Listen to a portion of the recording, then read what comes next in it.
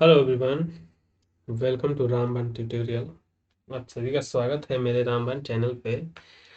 आशा करता हूँ हमारी पिछली वीडियोज आप लोगों को पसंद आई होंगी। और आज के सेशन के लिए आज हम आपके लिए ले करके आए हैं भारत के राष्ट्रपति के बारे में, जो संविधान के विजयक भारतीय संविधान में बहुत ही गरिमामय सम्मानित पद है। और यह भारत का राष्ट्रपति देश का पहला नागरिक होता है। और ये सब के बारे में आज हम चर्चा करेंगे। और ये सारे exam, government exam, SSC, railway, JSSC, BPSC सारे स्टूडेंट के लिए, सारे एग्ज़ाम्स के लिए बहुत ही उपयोगी क्लासेस हैं।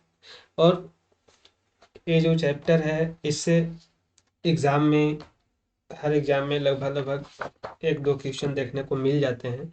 इसलिए इस चैप्टर को बहुत ही अच्छे से कवर अप कीजिएगा और आशा करता हूँ यह सेशन बेहद पसंद आएगा आप लोग को। और यदि आप हमारे चैनल पर नए हैं तो मेरे रामबाण ट्यूटोरियल को सब्सक्राइब और शेयर करना ना भूलें, ताकि हमें और भी नए नए वीडियोस आप तक पहुंचा सकें, जिससे हमें और भी नए नए वीडियोस बनाने में मोटिवेशन मिलती रहे। और आशा करता हूं ये सेशन भी आप लोग को, सभी सेशन के साथ ये सेशन भी बहुत ही अच्छा लगेगा।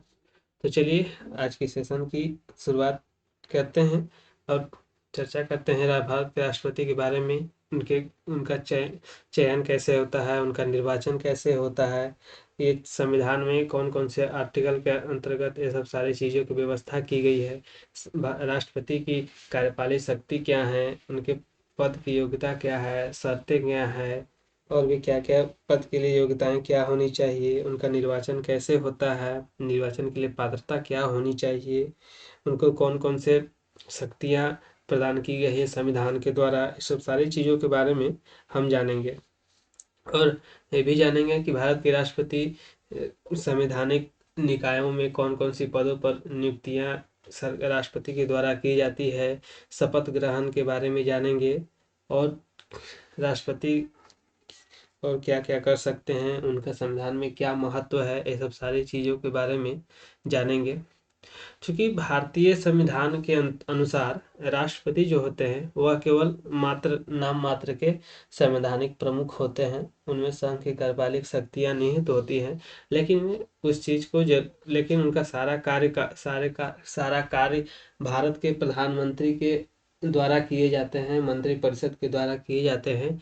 और संसद में संसद सदस्यों के द्वारा, राज्यों के राज्य प्रमुख के द्वारा आदि सारी चीज, ये सब सारे संवैधानिक जो पद हैं उन सब के द्वारा सारे कार्य संपादित किए जाते हैं। उसके बाद चलिए हम आगे बढ़ते हैं और जानते हैं क्या क्या चीज़ है इसमें। तो सबसे पहले भारत के राष्ट्रपति के पद में प्रमुख तथ्य को जान लेते हैं। पहला जो है भारत के राष्ट्रपति का पद, पहला जो प्रमुख तथ्य है उसमें भारत के राष्ट्रपति का पद के बारे में है। दूसरा जो है राष्ट्रपति का चुनाव, कि राष्ट्रपति का चुनाव किस तरह से, किस किस आर्टिकल के तहत कैसे किया जाता है, वो सब सारी चीज़ों के बारे में जानेंगे। उसके बाद है राष्ट्रपति की योग्यता, राष्ट्रपति के लिए क्या क्या योग्यताएं होनी चाहिए, वो सब चीज़ों के बारे में हम जानेंगे। उसके बाद चुनाव की विधि क्या है, मतलब राष्ट्रपति के चुनाव की विधि भारत में क्या है, वो चीज़ों के बारे में जानेंगे। उसके बाद जानेंगे कि राष्ट्रपति पद के लिए शर्तें क्या हैं, शर्तें नियम क्या हैं, शर्तें क्या हैं। उसके बाद राष्ट्रपति पर महाभियोग के नियम क्या हैं, महाभियोग की शर्तें क्या हैं, कैसे महाभियोग लगाया जा सकता है और किस स्थिति में लगाया जा सकता है, ये सब सारी चीज़ों के बारे में हम जानेंगे। इसके बाद है राष्ट्रपति की शक्तियाँ, राष्ट्रपति की शक्तियाँ क्या क्या है, वह मतलब क्या कर सकते हैं, क्या चीज़ नहीं कर सकते हैं, कौन सी चीज़ों को लागू कर सकते हैं, क्या शपथ है, ये सब सारी चीज़ों के बारे में जानेंगे। इसके बाद जानते हैं, आगे बढ़ते हैं। इसके बाद है कि राष्ट्रपति से संबंधित अनुच्छेद, मतलब राष्ट्रपति से संबंधित कौन कौन से अनुच्छेद है, उस सब के बारे में थोड़ा जान लेते हैं। उसके बाद हम इस चीज़ की, इस आर्टिकल की विस्तृत चर्चा करेंगे, जानेंगे कि क्या क्या चीज़ें इन सब आर्टिकल के अंतर्गत राष्ट्रपति के लिए दी गई हैं। उसके बाद है, तो पहला है भारत का राष्ट्रपति, मतलब संविधान में वर्णन किया गया है आर्टिकल 52 के तहत कि भारत के लिए, भारत का एक राष्ट्रपति होगा, राष्ट्राध्यक्ष होगा। क्योंकि भारत के राज्यों का संघ है, इसलिए राष्ट्राध्यक्ष, राष्ट्रपति को राष्ट्राध्यक्ष भी बोला जा सकता है। और दूसरा है संघ का कार्यपालिक शक्ति राष्ट्रपति के रूप में, तो यह जो है आर्टिकल 53 के अंतर्गत है। उसके बाद है राष्ट्रपति का निर्वाचक मंडल। राष्ट्रपति का निर्वाचक मंडल जो है आर्टिकल 54 के तहत है। उसके बाद है राष्ट्रपति के निर्वाचन की रीति, जो आर्टिकल 55 में देखने को मिलेंगे। उसके बाद है राष्ट्रपति का पदावधि, मतलब राष्ट्रपति का पद कितना होता है, तो सब चीज़ के बारे में है, आर्टिकल 56 में दिया गया है। उसके बाद है पुनर्निर्वाचन के लिए योग्यता। पुनर्निर्वाचन के लिए योग्यता मतलब पुनर्निर्वाचन मतलब किस तरह से होगा उस सब के बारे में बताया गया है, तो वो बताया गया है आर्टिकल 57 के द्वारा। उसके बाद है कि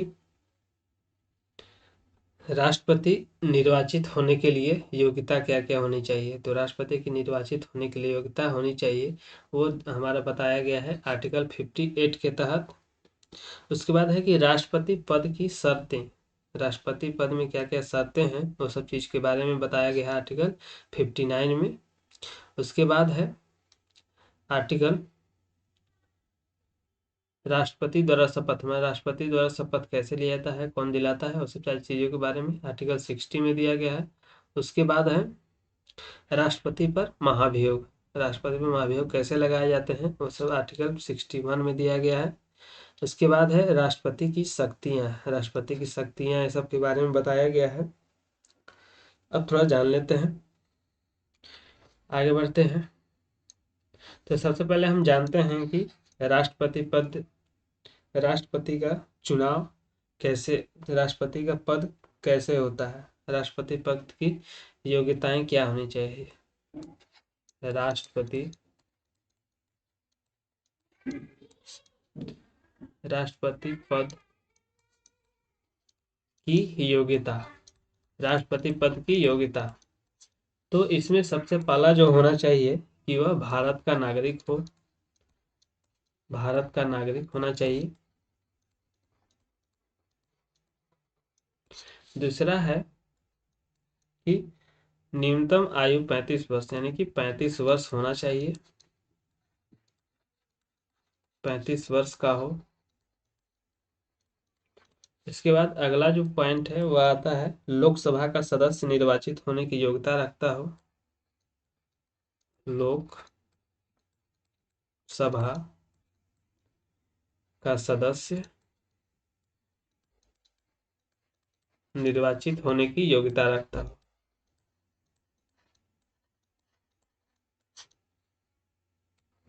निर्वाचित होने की योग्यता रखता हो। इसके बाद अगला जो पॉइंट है वह है किसी के लाभ के पद पर न हो, मतलब कोई भी संवैधानिक पद पर न हो, कोई संवैधानिक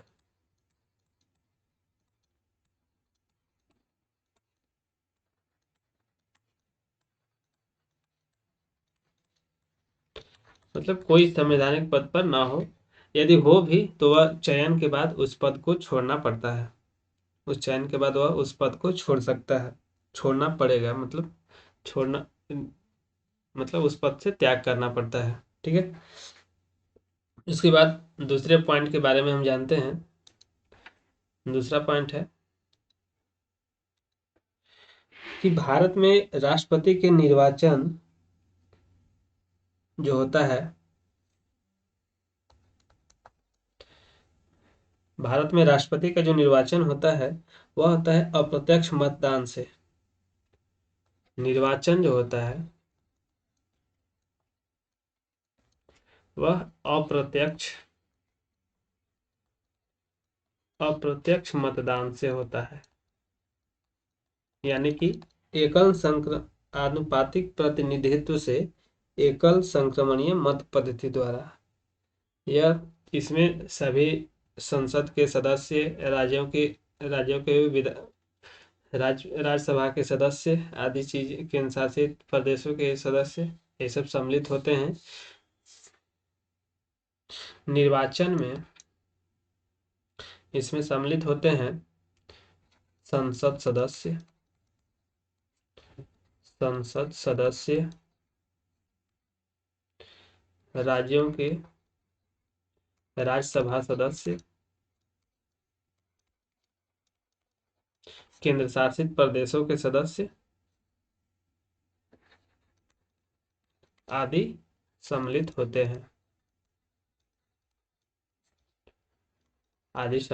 हैं, राष्ट्रपति के चुनाव में मतदान राज्यसभा, लोकसभा और राज्यों व केंद्र शासित प्रदेश की विधानसभाओं के निर्वाचित सदस्य करते हैं। भारत के राष्ट्रपति उम्मीदवार के प्रस्ताव का समर्थन कम से कम 50 निर्वाचकों द्वारा किया जाना चाहिए। कम से कम 50% जो भी जितने सदस्य वोटिंग के लिए होते हैं उनमें से 50% सदस्यों का मतलब समर्थन होना चाहिए किसी भी उम्मीदवार के लिए, तब जाकर के उस उम्मीदवार का चयन राष्ट्रपति के रूप में किया जाता है। भारत में राष्ट्रपति का चुनाव जो होता है एकल संक्रमणीय मत पद्धति द्वारा होता है। राष्ट्रपति के निर्वाचन में किसी राज्य का मुख्यमंत्री उस समय अपना मत नहीं दे सकता है जब वह राज्य विधानमंडल में उच्च सदन का सदस्य हो। यदि किसी राज्य का मुख्यमंत्री राज्य के विधानमंडल में राज्यसभा का उच्च सदन का सदस्य है तो वो उस स्थिति में वह इस मतदान में अपना मत नहीं दे सकता है। राष्ट्रपति के जो निर्वाचन मंडल में है वह परंतु वह महाभियोग में भाग नहीं ले सकते हैं, तो ये होते हैं राज्य की विधानसभाएं। तो यहाँ पे एक पॉइंट और आता है कि राज्य की जो विधानसभाएं हैं, राज्य की विधानसभा राष्ट्रपति के महाभियोग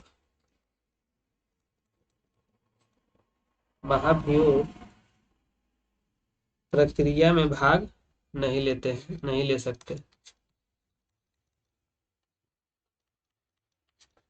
प्रक्रिया में भाग नहीं ले सकते हैं। ठीक है, और देखते हैं कि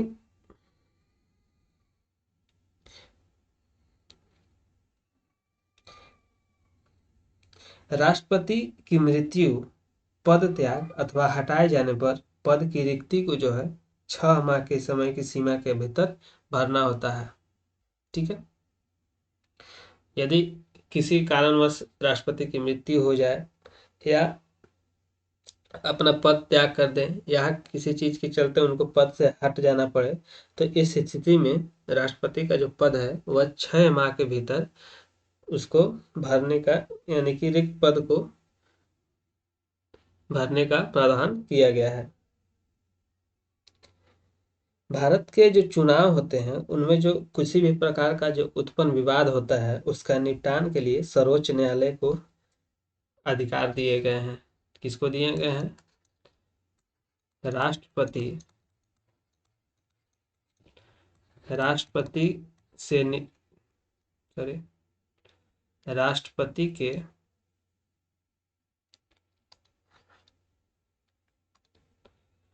राष्ट्रपति के निर्वाचन से संबंधित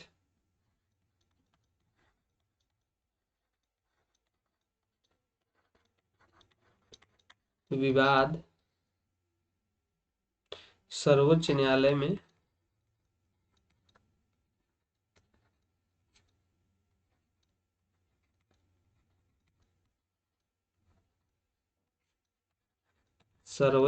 में निपटाए जाते हैं। मतलब निर्वाचन से संबंधित जो भी विवाद होता है वह सर्वोच्च न्यायालय में उसका निदान किया जाता है। ठीक है, राष्ट्रपति को उसके कार्यकाल की समाप्ति से पूर्व भी महाभियोग द्वारा उसके पद से हटाया जा सकता है। अब महाभियोग जो होता है, महाभियोग वह आर्टिकल 61 के तहत राष्ट्रपति पर लगाया जा सकता है। और केवल और इस चीज के द्वारा ही राष्ट्रपति को समय से पूर्व उनके पद से हटाया जा सकता है। भारत के राष्ट्रपति को उसके पद से हटाने का अधिकार संसद को प्राप्त है, क्योंकि संसद में ही महाभियोग की प्रक्रिया पेश की जाती है, उसका क्रियान्वयन किया जाता है। संघ की कार्यपालिक शक्तियां राष्ट्रपति में निहित होती हैं। आर्टिकल 53 के तहत संघ की कार्यपालिक जो शक्तियां होती है, संघ की कार्यपालिक शक्ति आर्टिकल 53 के तहत राष्ट्रपति के पास होती है। अनुच्छेद 61 के तहत राष्ट्रपति पर महाभियोग की प्रक्रिया की जाती है, और जो महाभियोग की प्रक्रिया है संसद के किसी भी सदन में पेश की जा सकती है। भारतीय संविधान में आर्टिकल 57 के तहत राष्ट्रपति पद के लिए पुनर्निर्वाचन की पात्रता निर्धारित करता है। आर्टिकल 57 जो है वह राष्ट्रपति को दोबारा, मतलब किसी व्यक्ति को राष्ट्रपति बनना है तो उस चीज के लिए क्या पात्रता होनी चाहिए, वो चीज आर्टिकल 57 में बताया गया है। राष्ट्रपति कोई भी विषय पुनर्विचार के लिए मंत्रिपरिषद को वापस भेज सकता है। संविधान यह जो अधिकार है, यानी कि राष्ट्रपति जो है किसी भी विषय को पुनर्विचार के लिए मंत्रिपरिषद को वापस भेज सकती है। यह 44वें संविधान संशोधन के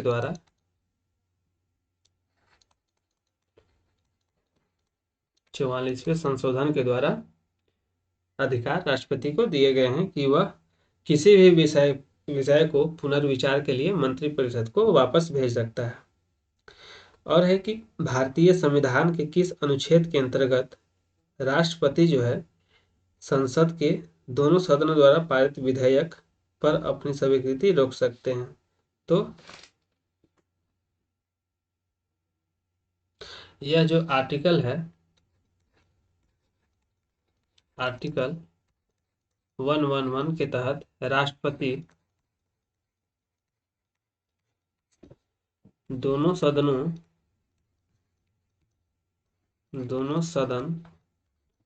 के पारित किसी भी विधेयक को रोक सकते हैं। विधेयक को रोक सकते हैं। ठीक है, और देखते हैं आगे। इसके बाद है कि राष्ट्रपति जो है कुछ आकस्मिकता में राज्यपाल के कार्यों के निर्वहन हेतु उपबंध कर सकते हैं। आर्टिकल 160 के तहत, मतलब उस समय जो राज्यपाल यदि ना हो या किसी कारणवश से वह राज्यपाल उपस्थित ना हो तो उस स्थिति में राष्ट्रपति राज्यपाल के कार्य अपने द्वारा कर सकते हैं। राज्यपाल को जो कार्य है वो अपने द्वारा कर सकते हैं। इसके बाद है, तो यह किस के तहत है? 160 के तहत राष्ट्रपति जो है, राष्ट्रपति राज्यपाल के कार्य का, राज्यपाल के कार्य कर सकते हैं। ठीक है, आगे देखते हैं। आगे है राष्ट्रपति का जो निर्वाचक मंडल होता है, निर्वाचन की रीति जो होता है, सब सारी चीजें मैंने बताया कि आर्टिकल कितना कितना में है। राष्ट्रपति के लिए शर्तें जो होती हैं क्या क्या होनी चाहिए वो भी बताया मैंने। और भी आर्टिकल शपथ के बारे में, शपथ आर्टिकल 60 में है। आर्टिकल 60 में शपथ है। आर्टिकल 61 में महाभियोग है।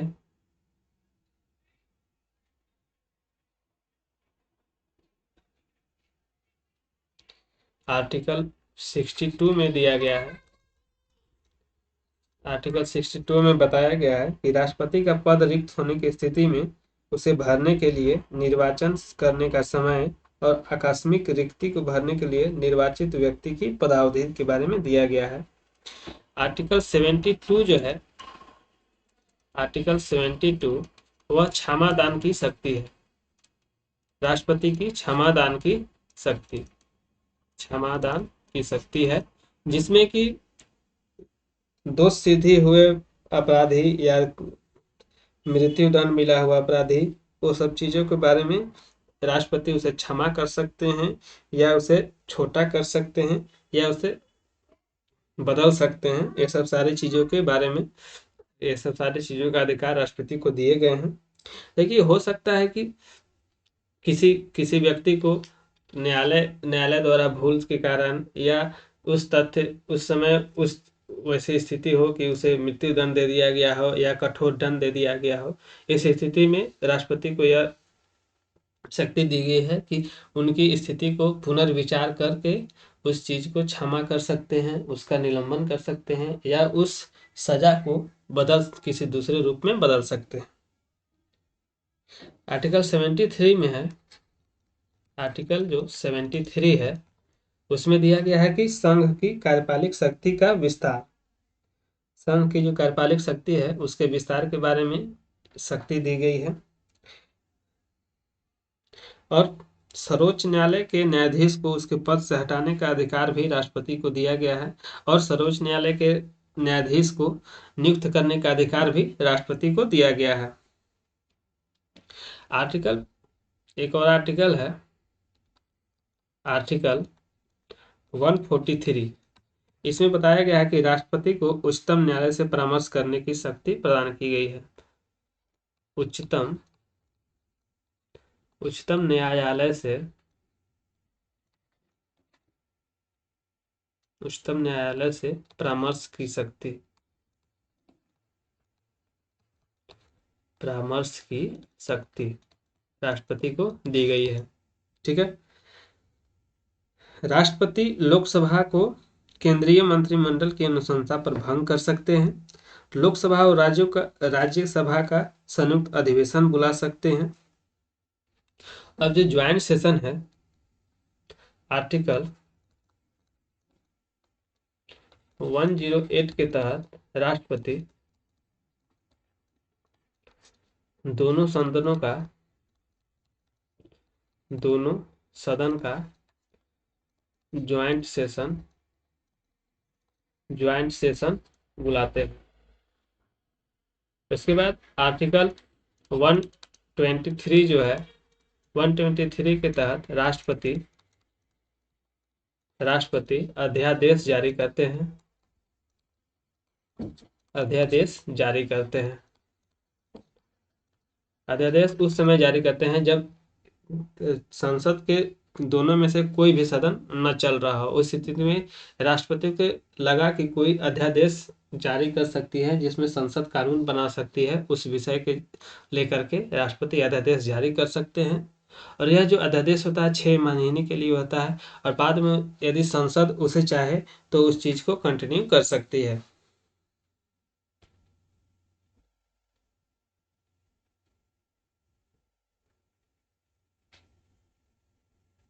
भारत के राष्ट्रपति ने जेबी वीटो, जो जिसे पॉकेट वीटो कहा जाता है, उसका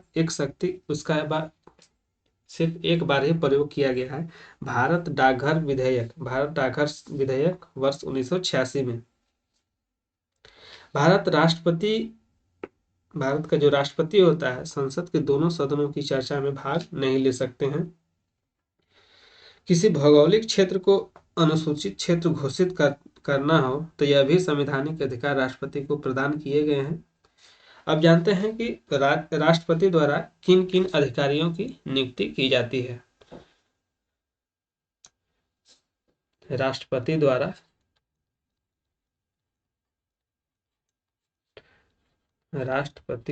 नियुक्तियां, ठीक है, राष्ट्रपति द्वारा नियुक्तियां, ये सब के बारे में जानते हैं। तो पहला है प्रधानमंत्री प्रधानमंत्री और केंद्रीय मंत्री, प्रधानमंत्री और केंद्रीय मंत्री, इनकी नियुक्ति राष्ट्रपति के द्वारा की जाती है। इसके बाद अगला है राज्यों के राज्यपाल, राज्यों के राज्यपाल, ठीक है। इसके बाद अगला है वित्त आयोग व राजभाषा आयोग के अध्यक्ष एवं सदस्य, वित्त आयोग और राजभाषा आयोग के सदस्य,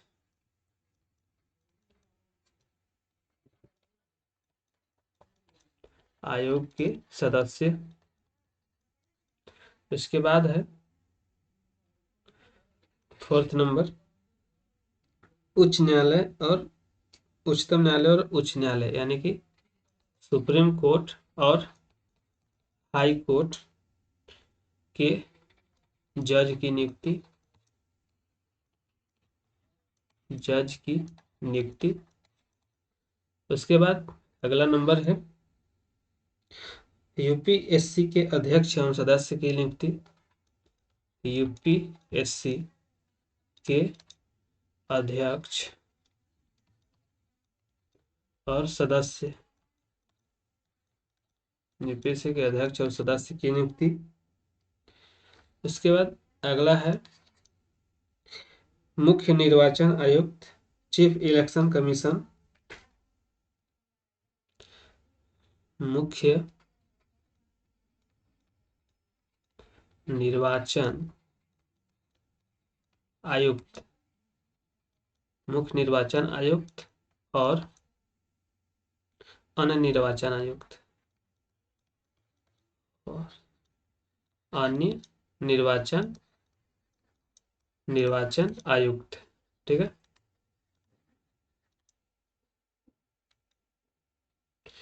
ठीक है, अगला देखते हैं अगला और कौन सी नियुक्तियां की जाती हैं। तो उसके बाद है राष्ट्रीय मानवाधिकार आयोग के अध्यक्ष एवं सदस्य, राष्ट्रीय मानवाधिकार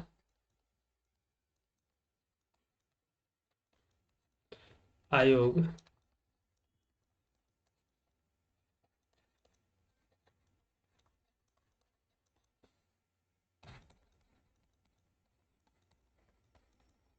राष्ट्रीय मानवाधिकार आयोग के अध्यक्ष एवं सदस्य। और भी हैं अनुसूचित जाति व जनजाति आयोग के अध्यक्ष एवं सदस्य, एससी और एसटी आयोग के अध्यक्ष एवं सदस्य, ठीक है। अगला और भी जो नियुक्तियां हैं वह हैं संघ राज्य क्षेत्र के राज्यपाल अथवा प्रशासक, यानी कि केंद्र शासित प्रदेशों के राज्यपाल या और प्रशासक का दिल्ली व पुदुचेरी के मुख्यमंत्री का भी नियुक्ति, दिल्ली और पुदुचेरी के मुख्यमंत्री, ठीक है।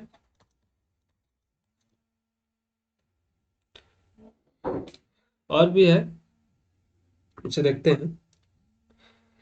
राष्ट्रपति का जो वेतन होता है वो भारत के संचित निधि पर भारित होता है और इनका वर्तमान में जो वेतन है वह 5 लाख रुपए है। भारत का राष्ट्रपति का पद रिक्त हो जाए और उपराष्ट्रपति भी न हो तो उस समय कार्यवाहक राष्ट्रपति के रूप में सर्वोच्च न्यायालय का मुख्य न्यायाधीश राष्ट्रपति के कार्यों का संपादन करता है, ठीक है। राष्ट्रपति का प्रतिनिधित्व करता है परंतु राष्ट्र का नेतृत्व राष्ट्रपति नहीं करता है। जैसे कि मैंने पहले ही बताया था कि राष्ट्रपति केवल नाम मात्र के कार्यकारी प्रमुख होता है, उसके सारे काम प्रधानमंत्री के द्वारा और मंत्रिपरिषद के द्वारा किए जाते हैं, ठीक है। वह कार्य जो भी होते हैं वो भारत के राष्ट्रपति के नाम पर किए जाते हैं। भारत के राष्ट्रपति में, ठीक है, उसके बाद राष्ट्रपति के प्रसाद पर्यंत राष्ट्रपति के प्रसाद पर्यंत पद धारण करने वाले अधिकारी जो होते हैं वे होते हैं संघ के मंत्री, राज्यों के राज्यपाल, भारत का महान्यायवादी यानी कि अटॉर्नी जनरल ऑफ इंडिया। ठीक है, वे जो होते हैं यूनियन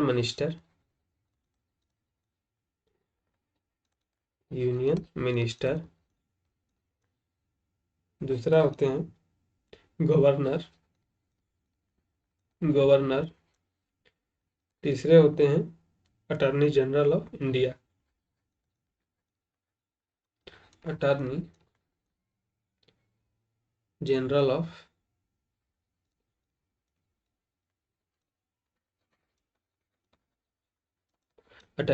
ऑफ इंडिया।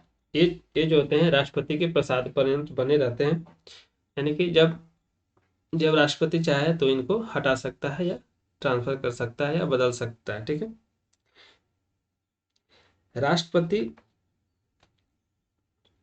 राष्ट्रपति के हस्ताक्षर के बाद ही एक विधेयक संसद में प्रस्तुत किया जाता है। वह किसी प्रति उसके बाद वह किस प्र, उसके बाद वह राष्ट्रपति के हस्ताक्षर के बाद वह नियम अधिनियम बन जाता है। ठीक है, जब कोई विधेयक संसद के दोनों सदनों द्वारा पारित कर दिया जाता है तो राष्ट्रपति को उस विधेयक पर अपनी अनुमति रोकने का अधिकार प्राप्त है। भारतीय संविधान भारत के राष्ट्रपति को राज्य को मुख्यमंत्री की नियुक्ति का अधिकार नहीं देता है। राष्ट्रपति का कार्यकाल जो होता है 5 वर्ष का होता है। कार्यकाल जो होता है 5 वर्ष का होता है। ठीक है, धन विधेयक को पुनर्विचार हेतु लौटाने का संवैधानिक विशेषाधिकार राष्ट्रपति को पास नहीं होते हैं। अभी वर्तमान में जो हमारे राष्ट्रपति हैं वह श्रीमती द्रौपदी मुर्मू जी हैं, जो भारत के 15वें राष्ट्रपति हैं। वित्त आयोग की नियुक्ति राष्ट्रपति के द्वारा की जाती है।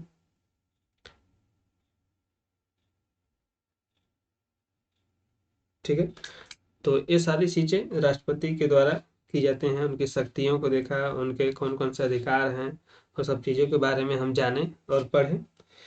तो ये सब सारी चीज़ें राष्ट्रपति को प्रदान की गई हैं। थोड़े मोड़े कुछ और तथ्य हैं उस चीज़ के बारे में,